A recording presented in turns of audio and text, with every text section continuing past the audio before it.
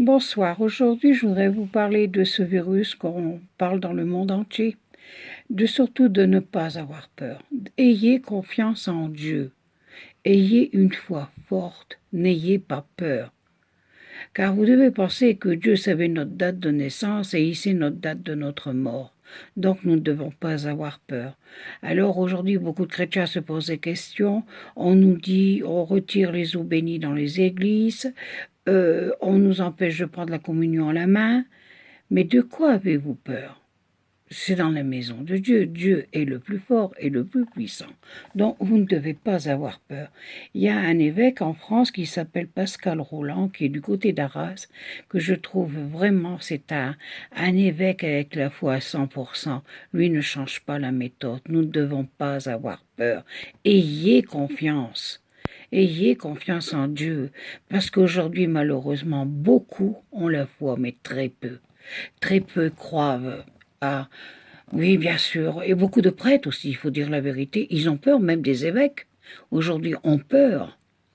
Mais nous ne devons pas avoir peur quand nous croyons en Dieu. Que vous ayez qu'il y ait la lèpre, qu'il y ait la peste et tout, il y a tout eu. Mais quand vous avez la foi, vous ne devez pas avoir peur. Alors ayez confiance en Dieu, n'ayez pas peur, et n'ayez pas peur de rentrer dans l'église. C'est drôle, vous allez voir un match de football, alors qu'en France, on a interdit toutes sortes, mais le match de football, les gens y vont. Vous pouvez attraper ce microbe partout. Qu'est-ce qu'il faut aussi? C'est surtout désinfecter ses mains. Ça, c'est la chose la plus importante. Ça, c'est très important, de laver ses mains. Et confiez-vous à Dieu, ayez confiance. Où est la foi?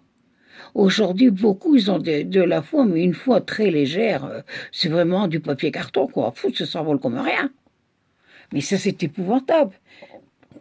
Alors, prions, ayons confiance, confions-nous à Dieu, n'ayons pas peur de recevoir Jésus dans la Sainte Eucharistie. Surtout, n'ayez pas peur. Parce que n'oubliez pas non plus de vous dire que le prêtre, quand il vous donne la Sainte Communion dans la main, il peut très bien aussi l'avoir, il peut très bien avoir une autre maladie. Mais si vous avez confiance en Dieu, vous ne l'attraperez pas. C'est surtout ça qu'il faut voir. Alors, battons-nous. Prions, ayons confiance, ayons la vraie foi en Dieu. N'hésitez pas. Et prions pour ces évêques et ces prêtres qui doutent. Quand on enduit les personnes, bien sûr, on doit protéger. C'est ça, c'est sûr.